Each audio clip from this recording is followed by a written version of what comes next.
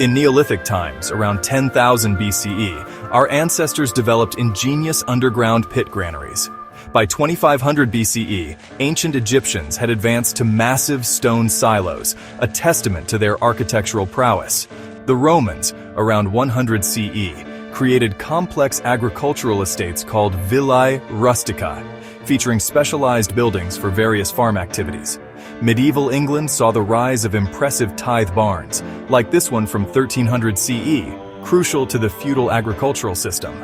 The 19th century brought new materials and mechanization, as seen in these wooden silos of the American Midwest. Today's agricultural buildings, like this automated poultry house, showcase the industrialization of farming. Looking to the future, vertical farms may integrate agriculture into urban environments, using advanced technology to maximize efficiency. Sustainable design will likely play a crucial role, with buildings generating their own energy and optimizing resource use. Artificial intelligence and robotics promise to revolutionize farming, as seen in this futuristic smart farm. Urban spaces like this rooftop farm may become vital for local food production in densely populated areas. Construction methods will evolve too, with 3D printing enabling new efficient designs for agricultural structures.